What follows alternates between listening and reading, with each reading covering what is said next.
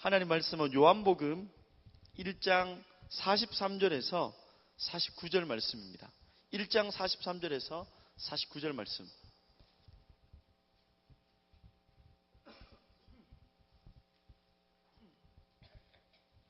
(1장 43절에서 49절) 우리 다 찾은 친구만 한번 아멘 해볼까요? 아멘. 좋습니다. 교독하겠습니다. 이튿날 예수께서 갈릴리로 나가려 하시다가 빌립을 만나 이르시되 나를 따르라 하시니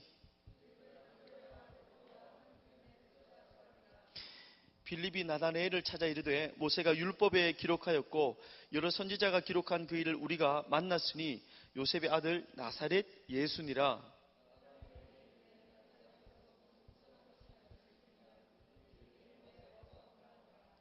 예수께서 나다나엘이 자기에게 오는 것을 보시고 그를 가리켜 이르시되 보라, 이는 참으로 이스라엘 사람이라 그 속에 간사한 것이 없도다.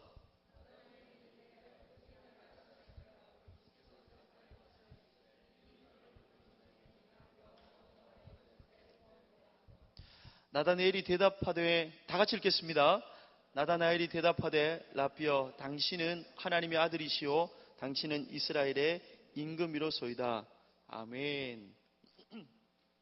오늘 제목을 한번 읽어봅시다. 시작. 한 번 더 읽어볼까요? 시작. 하나님의 심쿵입니다. 하나님의 심장을 이렇게 요동하게 하는 사람, 하나님의 심장을 뛰게 하는 사람, 그래서 하나님의 심쿵, 이게 제목입니다. 동역자 여러분, 중국은 짝퉁의 시대입니다. 그죠? 그런데 중국에서 어떤 사람이 자기 퇴직금을 다 가지고 아주 잘 먹고 잘 살 수 있는 씨앗, 한창 뜨고 있는 이 품종이 너무 좋은 씨앗을 평생의 재산을 이렇게 다 바친 그 공직 생활을 거쳐서 이거를 이제 씨앗을 샀어요. 씨앗을 사서 밭에 다 심었는데 그 씨앗이 가짜인 거예요. 가짜. 짝퉁이었던 거죠. 그래서 시리에 빠져서 모든 이 퇴직금을 다 거기에 쏟아부었는데 퇴직금이 다 사라지게 된 거예요. 짝퉁 씨앗이었습니다. 짝퉁 씨앗. 그래서 그가 농약을 먹고 이제 죽어야 되겠다 싶어서 농약을 사서 농약을 먹은 거예요. 근데 여러분, 그가 죽지 않았어요. 왜 죽지 않았을까요? 농약도 짝퉁이었습니다. 중국은 짝퉁의 나라죠. 짝퉁을 대표할 수 있는 그런 나라입니다. 우리는 짝퉁 천국에 살고 있으면 분명한 거예요. 얼마나 가짜가 많습니까? 너무너무 가짜가 많이 있습니다.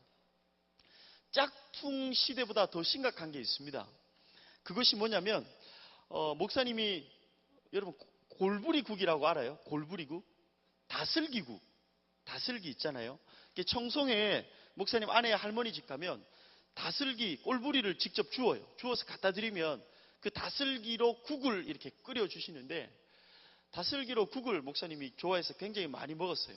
그런데 어느 날 대구에 와서 이 다슬기국을 사온 것을 한 숟가락 먹었는데 너무 맛있는 거예요.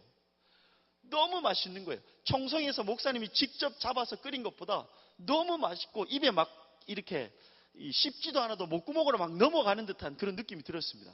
그래서 제가 먹으면서 아내에게 여보 너무 맛있다고, 아내가 청송에서 이 다슬기국을 많이 먹어봤지 않습니까?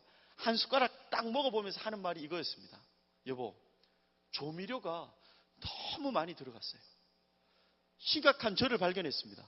조미료의 입맛이 제가 딱 맞은 거예요. 너무 맛있는 거예요. 너무너무 입에 이렇게 달라붙는 듯한 맛이었습니다. 전혀 어색하지 않았어요. 이것은 무엇을 말합니까?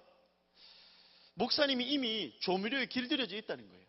우리는 짝퉁의 시대를 살아간다는 것은 다 알고 있는데 그것보다 더 심각한 것은 짝퉁이 어색하지 않습니다. 짝퉁이 자연스럽다는 것을 우리는 더 심각한 현실로 받아들여야 합니다. 동역자 여러분, 그리스도인도 마찬가지예요.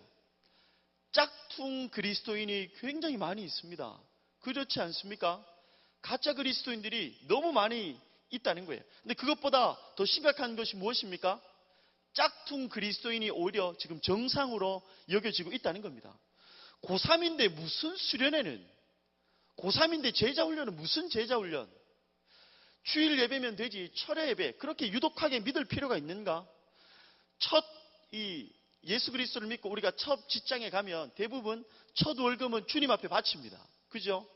그런데 굳이 그렇게 유독 유별나게 믿음 생활을 할 필요가 있는가? 주일 헌금만 하면 되지 11조까지 꼭 우리가 드려야 되는가? 선교 헌금 그것은 너무 지독한 예수 중독자만 드리고 있는 게 아닌가? 이런 시대가 되어버렸다는 것입니다. 믿음의 동역자 여러분, 비정상이 정상으로 가고 있습니다. 고등부 예배는 그래서 더 특별한 거죠. 우리가 대학 가야 하고 공부해야 하는데 이곳에서 주일날 가장 귀한 시간 하나님 앞에 드려지고 있다는 것 자체가 사람들에게 비정상으로 보여질 수도 있지만 이것이 정상인데 이상한 방향으로 흐름으로 지금은 가고 있다는 것이 현실입니다. 이러한 시대 속 짝퉁이 정상으로 여겨지고 있는 이 시대 가운데 하나님은 진짜 그리스도인, 참 그리스도인을 우리에게 오늘 본문을 통해서 분명히 말씀하고 있습니다. 여러분, 이 그림이 나오죠. 한 그림은 비가 오는데 가방이 있습니다. 한 사람은 비가 오는데 가방을 머리에 들었고요. 한 사람은 비가 오는데 가방을 가슴에 품었습니다. 어떤 사람이 진짜고 어떤 사람이 가짜입니까?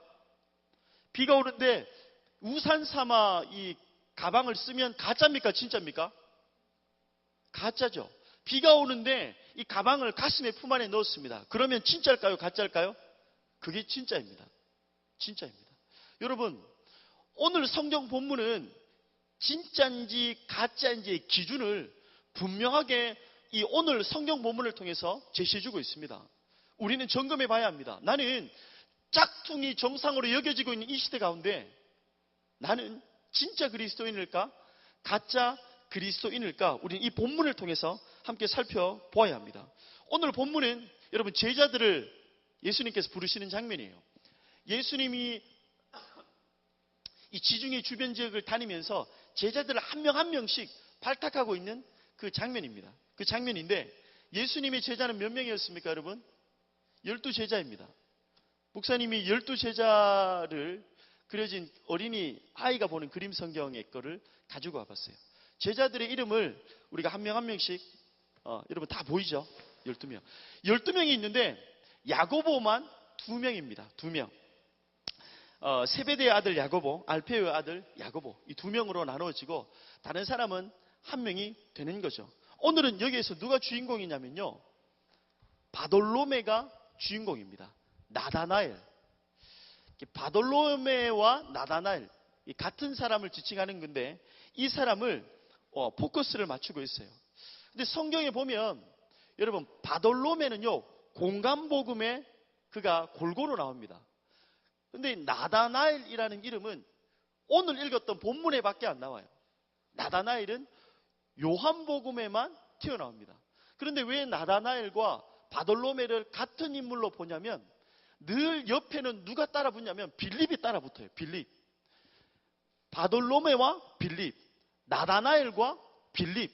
그래서 성경신학자들은 같은 사람으로 봅니다. 베드로, 게바 이름이 2개지 않습니까? 그러나 한 사람입니다. 똑같습니다. 언제나 빌립이 나오면 나다나엘이나 바돌로메가 예수님의 제자로 따라붙기 때문에 그 사람은 성경신학자들이 동일한 예수 그리스도의 제자로 보게 되는 겁니다. 여러분, 빌립이 예수님의 눈에 얻어 걸렸습니다. 그래서 예수님이 뭐라고 얘기했냐면 나를 따라와라 이렇게 해서 따라오게 되었어요. 그러면서 빌립이 예수님을 만나면서 빌립이 나다나엘을 전도하게 되었습니다. 전도하게 되었죠. 그런데 이 빌립이 나다나엘을 전도할 때 와보라 이렇게 얘기했어요. 예수님을 우리가 기다리고 있었는데 진짜 예수 그리스도가 나타났다면서 와보라. 한번 따라해 볼까요? 와보라. 와보라 해서 나다나엘이 그냥 따라갔어요. 그런데 이게 웬일입니까? 예수님은 바돌로메, 나다나엘을 평가하는 이 평가가 아주 기가 막힌 평가입니다. 우리의 눈이 머무를 만한 나다나엘을 향한 평가가 있었습니다. 그의 평가가 1장 47절에 기록되어 있습니다. 1장 47절을 한번 읽어볼까요? 시작. 예수께서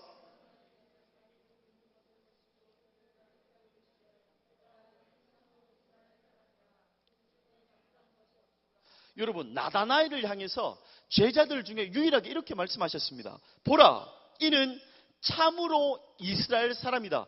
진짜 이스라엘 사람이다. 이렇게 이야기했습니다. 로마서 9장 6절에는 이렇게 기록되어 있습니다.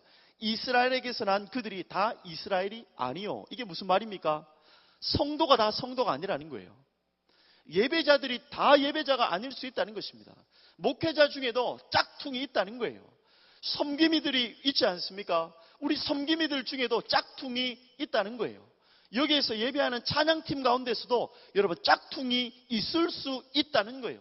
교사들 중에도 짝퉁이 있을 수 있다는 겁니다. 이것은 목사님이 말이 아니라 성경이 이야기하는 거예요. 가짜가 있다, 얘들아. 가짜가 있다. 가짜가 있다. 굉장히 충격적인 말이 되는 거죠. 그런데 하나님은 예수 그리스도는 나다나엘을 바라보며 감탄했습니다. 아, 저 사람이 참 이스라엘 사람이다. 그러면 오늘 우리는 무엇을 알아야 합니까? 나다나엘의 삶을 뒤집어 봐야 합니다. 이 삶을 파헤쳐 봐야 돼요. 그래야 내가 진짜인가? 내가 진짜 목회자인가? 내가 가짜 교사인가? 알 수가 있는 거예요. 이 하나님께서, 예수 그리스도께서 나다나엘을 바라보면서 감탄사를 질렀습니다. 보라, 보라, 참 이스라엘 사람이라. 그런데 빌립이 아까 나다나엘을 부를 때 와서 보라 할 때 이 보라 두 단어는요 차이가 나요. 빌립이 나다나엘에게 와서 보라 할 때 이 단어는요 그냥 직시하다 이런 단어예요. 영어로 그냥 보는 거예요. 원어적인 차원에서 헬라어도 그냥 보는 거예요. 그런데 예수님께서 나다나엘을 향해서 똑같이 봐라, 보라 이렇게 했는데 이 보라는요 달라요. behold라는 단어인데요. 헬라어로는 이데라는 단어예요. 이데라는 단어는 어떨 때 쓰냐면 헬라어에서 감탄할 때 쓰는 거예요. 감탄할 때 와 어떻게 저런 성도가 있지? 어떻게 저런 친구가 여기에 있었지? 똑같은 보라인데 예수님께서 나다나에게 쓴 보라는요 이 이데라는 사람은 달랐던 거예요. 야, 어떻게 저런 제자가, 어떻게 저런 사람이, 도대체 나다나엘의 특징이 여러분 무엇이었을까요? 예수님의 공생의 기간은 이스라엘 백성들이 로마의 식민 통치를 받고 있는 날이었습니다. 식민 통치. 그러니까 그들이 무참하게 짓밟히고 자존심 상했잖아요. 기다리는 사람이 있었습니다. 식민지에서 그들을 벗어나게 해줄 예수 그리스도를 기다렸습니다.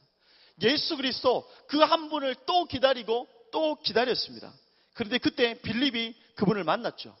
만나면서 나다나엘에게 우리도 그분을 봤으니까 너도 그 사람을 봤으면 좋겠다 싶어서 나다나엘에게 가서 빌립이 이야기했습니다. 뭐라고 얘기했습니까? 나사렛 예수를 만났어. 이렇게 얘기했습니다. 그런데 여러분, 나다나엘에게 딱 가서 내가 나사렛 예수를 만났어. 이렇게 얘기하면 나다나엘은 기뻐하며 뛰어야 하는데 그가 이상한 이야기를 합니다. 뭐라고 이야기합니까?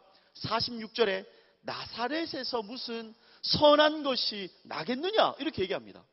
내가 분명히 나사렛 예수를 만났다고 했는데 그가 한 이야기는 나사렛에서 무슨 예수 그리스도를 만나겠느냐? 여러분, 이 대목은 굉장히 중요한 대목입니다. 왜 그렇습니까? 이렇게 대답할 수 있는 사람은요 성경을 아는 사람입니다. 그가 평소에 성경을 읽으면서 묵상하며 살아갔던 사람입니다. 마태복음에 보면 이 예수님께서 태어났을 때 멀리 동방 박사들이 헤롯 대왕에게 와서 이렇게 얘기합니다. 이 땅을 통치할 왕은 어디에서 있는 것입니까? 헤롯 왕이 성경을 모르니까 아무 대답도 못했어요. 그런데 왕궁에 있었던 서기관들을 딱 불러서 왕이 어디에서 나냐고 물었더니만 그들이 이렇게 대답합니다. 다 같이 한번 읽어보겠습니다. 시작.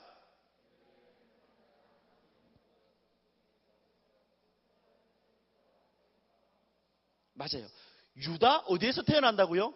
베들레헴에서 태어난다고 이야기했습니다. 나다나엘도 알고 있었습니다. 미가서 5장 2절 말씀을 그는 알고 있었어요. 나사렛에서 태어나는 것이 아니라 예수 그리스도는 분명히 베들레헴에서 태어난다는 것을 알고 있었다는 겁니다. 지역을 보면 여러분 여기가 갈릴리죠. 나사렛. 지금 올라온 곳이 베들레헴입니다. 사해에 가까이 있는 곳이 베들레헴이죠. 이곳에서 예수님이 태어날 것이라는 것을 그는 구약 말씀을 계속해서 읽으면서 알고 있었다는 겁니다. 믿음의 동역자 여러분, 나다나엘의 첫 번째 이 예수님이 감탄한 첫 번째 이유가 무엇입니까? 그는 하나님의 말씀, 율법에 능통했다는 거예요. 하나님의 말씀을 그는 알고 있었던 사람이었습니다. 그 한 사람 예수 그리스도는 감탄하기에 충분했습니다. 여러분, 왜 성경에 집중하는 사람을 하나님은 감탄할까요? 하나님의 말씀에 그의 마음을 두고 있는 사람을 왜 예수님은 감탄사를 써가면서 놀랍게 여기는 걸까요? 그 이유는 바로 요한복음 5장 39절에 있습니다. 빨간 글씨만 한번 읽어봅시다. 시작. 그렇죠. 여러분, 성경이 곧 누구에게 대해서 증언하고 있습니까? 바로 예수 그리스도에 대해서 증언하고 있습니다. 성경을 읽는 사람, 예수 그리스도가 어떤 분이신가 알 수 있는 거죠. 성경에 관심이 있는 사람, 예수 그리스도께 관심이 있다는 겁니다. 믿음의 동역자 여러분, 여러분은 성경에 관심이 있습니까? 그렇다면 우리는 예수 그리스도께 관심이 있는 사람입니다. 우리가 예수 그리스도께 관심이 있습니까? 그 사람은 종일토록 성경을 향한 관심이 있다는 것을 우리는 알 수 있습니다. 성경에 대해서 집중하는 것은 예수 그리스도께 집중하기 때문에 그 인생은 망함이 없습니다. 그 인생은 실패함이 없는 유일한 인생이라는 것을 기억해야 합니다. 성경 예찬이라는 시가 있어요. 이 시를 보면요, 이렇게 되어 있습니다.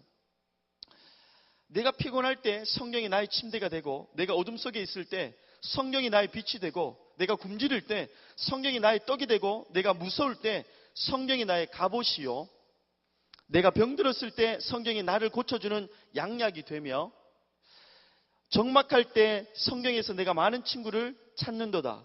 만일 내가 일하려면 성경이 나의 기구요, 놀 때에는 성경이 나의 즐거운 풍류로다. 만일 내가 무식하면 성경이 나의 학교요, 만일 내가 빠지게 되면 성경이 나의 굳은 땅이로다. 만일 내가 추우면 성경이 나에게 열이 되며, 만일 내가 떠오르면 성경이 나의 날개로다. 성경이 나의 지도, 의복, 피난처, 꽃동산, 태양, 샘물, 신선한 공기다. 그렇게 그는 이야기하고 있습니다. 여러분, 성경은 우리에게 모든 것을 가르쳐주는 유일한 지도이고요, 성경은 나의 한계를 뛰어넘는 유일한 능력이 되는 것은 하나님의 말씀입니다. 왜요? 성경이 곧 말씀이 곧 예수 그리스도이기 때문입니다. 말씀 없이 사는 것은 어떤 삶일까요? 거울 없이 사는 삶이 말씀 없이 사는 삶입니다.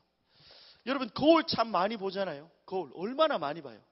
거울은 언제나 우리를 외출하기 전에 또 들어와서 어떤 사람을 만나기 전에 거울을 봅니다. 왜죠? 뭐가 묻었는지, 더러운지, 내가 어떤 존재인가를 끊임없이 가르쳐주기 때문입니다. 거울이 말씀입니다. 말씀에 비춰봐야 나의 더러움이 무엇인지 알 수 있습니다. 무엇을 닦아내야 할지 알 수 있습니다. 무엇을 절제해야 될지 말씀을 통해서만 유일하게 알 수 있는 거죠. 말씀 없이 사는 것은 곧 죽음의 삶을 향해서 달려가는 것입니다. 목사님이 거지 전도를 이번 주에 갔다 왔잖아요. 30명의 사람들과 함께 갔다 왔어요. 근데 목사님이 참 특별함을 발견했습니다. 가정집에 가가오 방문해서 복음을 전하는데 80이 넘어가는 분들이 이렇게 얘기했습니다. 복음을 받아들이지 않는 이유, 나는 죽을 때가 다 됐다는 거예요. 지금 와서 뭐 다 필요 없다는 거예요. 뭐 좋은 것도 필요 없고 이제 곧 내가 죽는데 뭐가 필요한가? 목사님이 그들을 보면서 느낀 게 있어요. 아, 복음을 모르면 죽기 위해서 살고 있구나. 그 사람들은 죽기 위해서 살고 있었습니다. 죽기 위해서 먹었고요, 죽기 위해서 옷을 입었고요, 죽기 위해서 오늘 또 잠을 잤고요, 죽기 위해서 그냥 누워 있었어요. 아무런 이유가 없었습니다. 여러분, 산골짜기에서요 아무런 존재 이유가 없었어요. 그를 찾아오는 사람도 없었고, 그를 반겨주는 사람도 없었고, 그를 통해서 말을 걸어주는 사람도 없었습니다. 하나님을 모르니까요. 하나님의 말씀을 모르니까 그들은 죽기 위해 살고 있다는 것을 목사님의 눈으로 똑똑히 보고 왔습니다. 여러분, 말씀이 없는 인생은 우리의 인생의 모든 낙을 다 배제해버리고 죽기 위해서 그냥 사는 거예요. 삶의 목적을 내가 누군지도 모르기 때문에 다 잊어버리고 사는 존재가 되는 거죠. 믿음의 동역자 여러분, 여러분은 성경에 관심이 있습니까? 여러분의 우선순위가 하나님의 말씀이 맞습니까? 우리는 이 시간 점검해 보아야 합니다. 목사님은 이상한 개를 봤어요. 먹방개. 그럼 먹방개 알죠? 개를 하는데 맛집을 탐방하기 위해서 친구들과 돈을 모았습니다. 그래서 이 돈이 모아지면 맛탐방, 맛집을 여행하는 거예요. 먹방개. 친구들 중에도 목사님 들었어요. 그리고 고등학교, 중학교 친구들 중에 가장 많이 이렇게 개를 하는 거 물건개. 이 태블릿 PC를 사기 위해서 돌아가면서 돈을 몰아주는 거예요. 그래서 그 순서가 되면 개돈을 모아가지고 휴대폰을 산다든지 아니면 좋은 이 다른 어떤 PC를 산다든지 노트북을 사는 거예요. 그 사람의 우선순위는 뭐였습니까? 먹는 거나 이 PC였습니다. PC. 여러분의 우선순위는 말씀 맞습니까, 여러분? 우리의 모든 존재를 명확하게 밝혀주는 그 말씀이 맞습니까? 성경을 위해서 여러분이 어떤 희생을 해보았습니까? 하나님의 말씀을 읽기 위해서 희생하고 포기한 것이 무엇입니까? 이것이 우리가 하나님의 말씀을 우선시 두고 있는가 아닌가 척도입니다. 내가 하나님의 말씀을 위해서 포기한 것이 무엇인가를 점검해 보아야 합니다. 왜 하나님의 말씀에 집중한 나다나엘이 진짜일까요? 목사님 이런 사람 많이 봤습니다. 새 가족으로 왔는데 교회 일이 너무 하고 싶은 거예요. 하나님을 믿지 않아요. 구원의 확신이 없어요. 그런데 이 사람이 하고 싶은 것은요, 교회에서 일을 하고 싶은 거예요. 왜냐하면 이 사람은 인정받아야 뭔가가 조직에서 열심을 내는 사람이거든요. 하나님을 전혀 모르는데도 막 와가지고 뭔가 일을 시켜달라고 하는 사람을 많이 보았습니다. 우리 섬김이들 중에도 하나님을 믿지 않지만 열심을 내는 친구들이 있을 수 있고요. 목회자들 중에도 이런 심각한 사태까지도 가는 사람이 여러분 있을 수 있습니다. 우리 찬양팀 중에도 똑같습니다. 하나님의 말씀에는 전혀 관계없는데 노래하는 것이 너무 좋은 거예요. 앞에 서서 율동하는 게 너무 좋아. 그것 때문에 찬양팀을 할 수도 있다는 거예요. 그런데 진짜 그리스도인의 증거가 무엇입니까? 그것은 바로 참 이스라엘 사람, 참 그리스도인은 내가 오늘 또 말씀을 읽고 말씀을 묵상함에 있어서 내가 이것을 선택하기 위해서 포기한 적이 있었느냐는 겁니다. 여러분, 하나님의 말씀을 읽기 위해서 여러분이 때로는 내려놓았던 것은 무엇입니까? 하나님의 말씀 때문에 말씀을 읽기 위해서 여러분 창피를 언제 한번 당해보았습니까? 이것이 중요한 척도라는 것을 우리는 기억해야 합니다. 성경을 읽는 것에 관심이 있는 사람, 그 사람은 진짜 백이 성도입니다. 목사님은 늘 경계를 하고 있습니다. 늘 경계요. 내 자신에게, 현우야, 설교하기 위해서 성경 보지 마라. 설교하기 위해서 성경을 넘기는 순간 목사님은 그때부터 송장이죠. 송장. 죽은 사람. 내가 살기 위해서 오늘 또 하나님의 말씀을 넘겨야 하는 거죠. 큐티하고 말씀 암송하고 오늘 또 하나님의 말씀에 흥미를 가지고 씨름하지 않으면 설교하기 위해서 오늘 또 찾는 거죠. 오늘 공과 몇 과인가? 첫 주에 꼭 필요한 말씀은 뭔가? 여러분, 이렇게 살아서는 안 된다는 거예요. 내가 진짜인가를 여러분 판단해 보기 위해서는 하나님의 말씀에 내가 관심을 갖고 있는가? 그것을 위해서 내가 어떠한 헌신을 결단하며 했던가? 그것을 기억해야 합니다. 이 스웨덴에 낳은 위대한 성악가 제니 린드라는 이 성악가가 있어요. 스웨덴의 이 집회에도 그의 얼굴이 지금 찍혀 있습니다. 찍혀 있는데 1820년에 그는 태어났는데 20세기 초반부터 19세기 최고의 오페라 가수라는 명성을 낳았습니다. 그의 티켓은 미국 역대사상 그의 그 음악회의 최고의 이 높은 가격의 티켓이었습니다. 마이클 잭슨보다 엘비스 프레슬리보다 더 비싼 티켓 값을 그가 기록했습니다. 그런데 그가 워낙 유명하기 때문에 노래를 너무 잘하니까요. 그의 이름으로 만들어내었던 피아노, 장갑, 모자, 의자, 구두, 손수건이 만들어내서 그녀의 이름을 찍으면 다 매진인 거예요. 없어서 못 파는 거예요. 근데 그가 5년 만에 은퇴를 해버렸습니다. 사람들이 의아했어요. 한창 지금 피크를 치고 가고 있는데 이 제니 린드가 은퇴를 해버렸어요. 5년 만에. 사람들이 그에게 물었습니다. 지금 한창의 주가를 치고 있는데 왜 은퇴를 합니까? 그가 이렇게 이야기했습니다. 성경을 읽을 시간이 유명해지면 유명해질수록 날마다 줄어드는데 어떻게 제가 그만두지 않을 수 있겠습니까? 너무 유명해지니까요. 성경을 읽을 시간이 없는 거예요. 5년 만에 이러다가 죽겠다 싶어서 그가 그 가수의 그것에서 유명한 곳에서 내려오고 말았습니다. 여러분, 우리가 이 말씀이 이만큼 중요하다는 것을 안다면 우리 또한 말씀을 읽기 위한 헌신은 우리에게 그걸 헌신이라고 말할 수 없는 거예요. 자연스럽고 우리가 살기 위해서는 그것을 택해야만 한다는 것을 우리는 기억해야 합니다. 나다나엘은요, 첫 번째 특징이 무엇이었습니까? 하나님의 율법을 읽고 있는 사람이었습니다.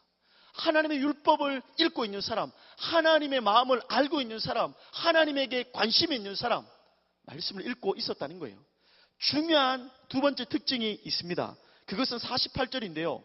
무화과 나무 아래에 있을 때에 내가 너를 보았다고 예수님이 말씀하셨습니다. 여러분, 이것은 왜 중요할까요? 빌립이 나다나엘을 예수님께로 딱 데리고 왔어요. 그런데 예수님께서 나다나엘에게 이렇게 얘기합니다. 나다나엘아, 나는 네가 무화과 나무 아래에 있을 때 내 너를 보았다. 그런데 이것은 너무너무 중요한 구절입니다. 왜냐하면 여러분, 이스라엘 민족은 무화과 나무를 집 마당에 심습니다. 왜냐하면 나무가, 이게 무화과 나무인데요, 높이가 5m 정도 되고요, 가지는 8m 정도 뻗어 나가는 거죠. 무화과 나무만 있으면 이 밑에 아래서 할 수 있는 게 무궁무진한 거예요. 쉼을 누리면서 살아가는 거예요. 그런데 무화과 나무 아래 율법주의자들이 거기서 무엇을 하냐면 성경을 묵상합니다. 율법주의자들은 무조건 이 무화과 나무 아래서 율법을 묵상하는 거예요. 그래서 요세푸스나 이 성경학자들은 무화과 나무 아래 이 단어가 나오면 율법 묵상과 동일한 의미로 쓰이게 되었다는 거죠. 나다나엘이 무화과 나무 아래에 있었다는 것은 어떤 의미를 우리에게 말씀해 주고 있습니까?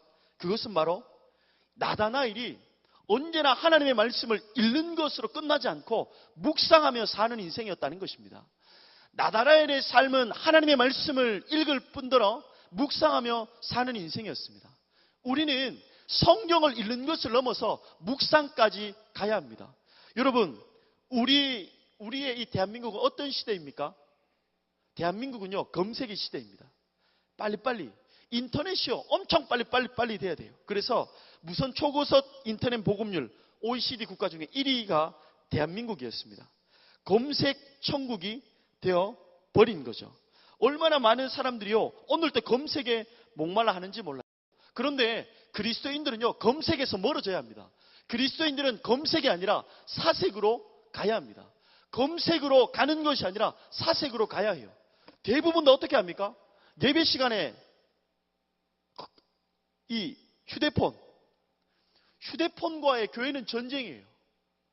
전쟁입니다. 부모님들도 휴대폰을 아이들에게 통제할 수 없는 지경에 이르렀어요. 그래서 교회에 와서 부모님도 통제 안 되는 휴대폰을 제재하려고 하니까 아이들이요, 아주 우습게 하는 거죠. 부모님도 통제 안 했는데 교회 선생님이 뭐라고? 고등부는 별로 없는 것 같아요. 휴대폰을 예배 시간에 만지는 아이 별로 없는 것 같아요. 거의 없는 것 같아요. 우리에게 진짜 필요한 것은 무엇입니까? 여러분, 검색이 아닙니다. 사색. 하나님의 말씀을 읽고 사색할 때 그 한 생명 살아난다는 것을 우리는 기억하며 살아야 합니다. 하나님은요, 여러분, 이런 사람에게 감탄하세요. 헌금 많이 하고 일 많이 하는 사람이 아니에요, 여러분. 교회를 오래 다니는 사람에게 하나님은 속지 않습니다. 찬양을 손들고 다니는 사람, 찬양을 손들고 하는 사람, 하나님 그 사람에게 속지 않습니다. 하나님이 감탄하는 사람은 어떤 사람입니까? 하나님의 말씀을 읽고 시간 내어서 쪼개서 약속 시간을 때로는 취소하면서 하나님의 말씀을 읽고 그것을 묵상하는 사람, 묵상하는 그 한 사람, 그 한 사람에게 하나님은요 감탄한다는 거예요. 이데라는 헬라어는요 아무나에게 예수님이 감탄하지 않으세요. 진짜 저 사람이 성도구나, 제자구나, 그리스도인이구나, 그렇게 평가하고 있습니다. 여러분, 하나님의 말씀을 읽고 하나님의 말씀을 묵상하는 여러분의 삶이 될 수 있기를 주님의 이름으로 축복합니다. 하나님의 말씀을 읽고 묵상하는 사람이 어떤 행동을 하는 줄 아세요? 하나님의 마음을 이렇게 해도 감탄하는데요, 하나님의 말씀을 읽고 묵상했던 나다나엘이 어떤 행동을 하냐면요, 하나님의 마음을 가장 시원케 한 첫 번째 인물이었습니다. 여러분, 어떤 고백을 하는 줄 아세요? 이런 고백을 합니다. 49절. 이 고백은 믿음의 선배 어떤 한 사람의 고백과 닮았습니다. 49절을 한번 다 같이 읽어보겠습니다. 시작.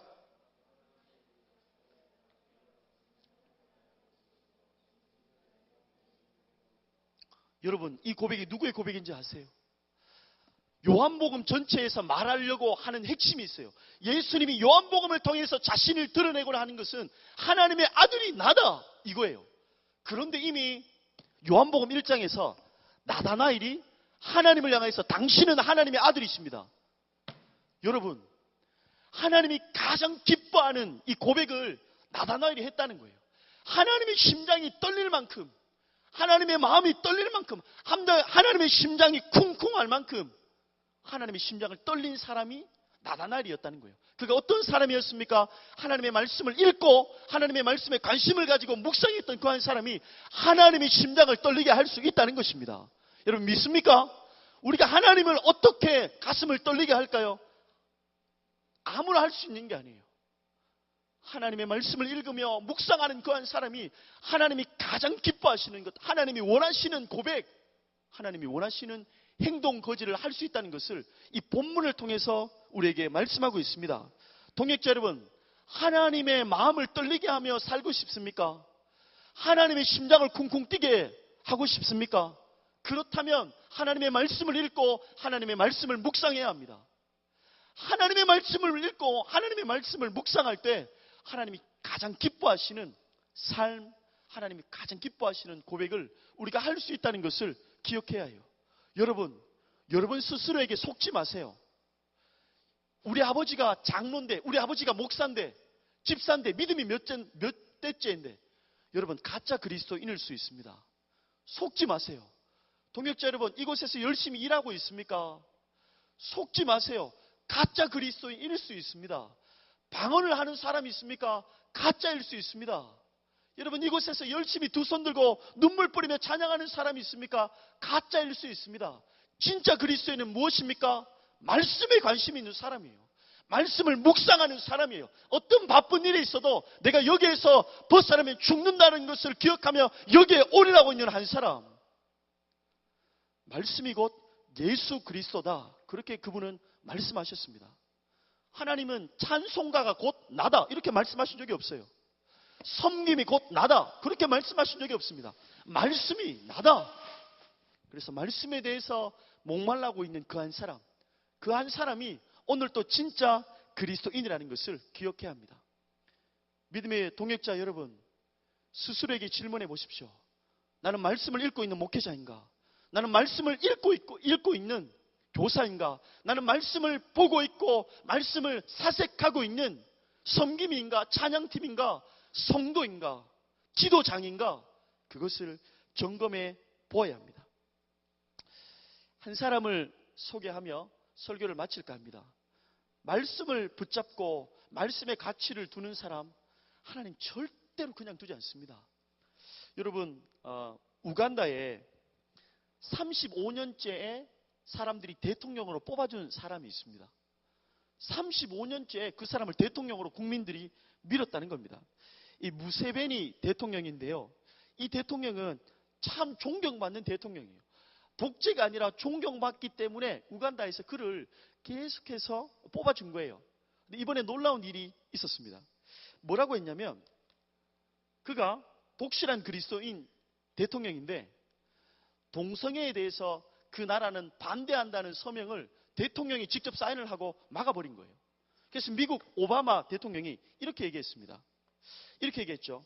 우간다가 만약에 동성애법을 다시 한번 생각하고 통과시킨다면 내가 1년에 4억 달러씩 원조하는 것을 다시 회의에서 생각해 보겠다.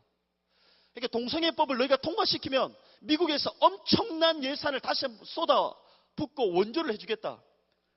우간다 대통령이 뭐라고 대답한 줄 아세요? 이렇게 대답했습니다. 그가 이렇게 대답했죠. 4억 달러 원조도 싫다. 우간다 국민들이 잘 살 수 있는 길은 미국의 원조가 아니다. 하나님의 말씀대로 사는 것이다. 그러면서 우리 우간다는 기독교 국가다라고 선포해버렸어요. 원조는 다 잘라져 버렸어요. 그런데 그 나라에 지금 놀라운 일이 벌어졌습니다. 같이 한번 볼까요?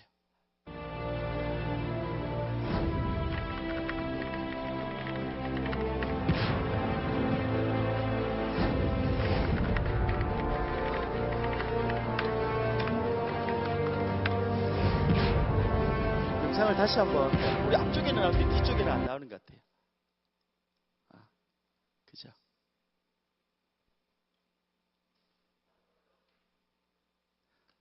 목사님이 말로 한번 이야기해 보겠습니다. 원조를 끊어버렸어요. 원조를 끊어버리고 동성애법은 하나님의 말씀에 위배되기 때문에 반대다.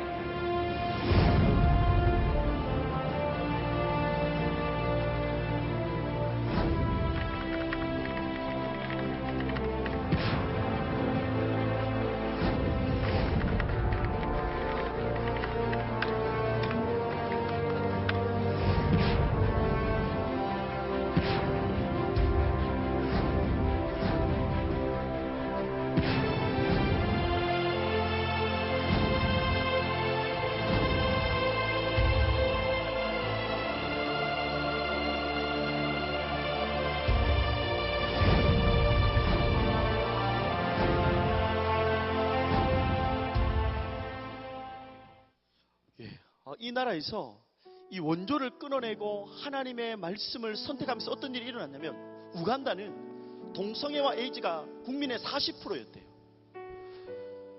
혼전 성관계와 이 동성간의 성관계와 수간들을 동물과의 이 성관계를 통해서 나라가 뒤죽박죽이 된 거예요. 우간다 대통령은요, 하나님의 말씀대로 나는 살겠다. 그러면서 지금 어떤 일이 벌어진 줄 아세요? 점점 그 퍼센테이지가요 계속해서 낮아지는 거예요.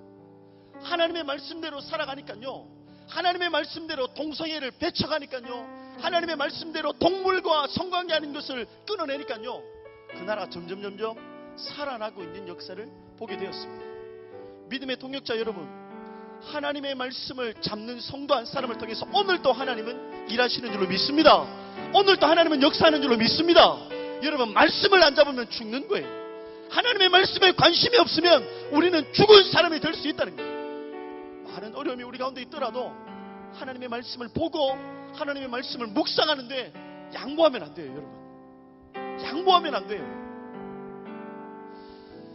우리 결단하며 찬양하며 하나님 앞에 좀 기도했으면 좋겠습니다.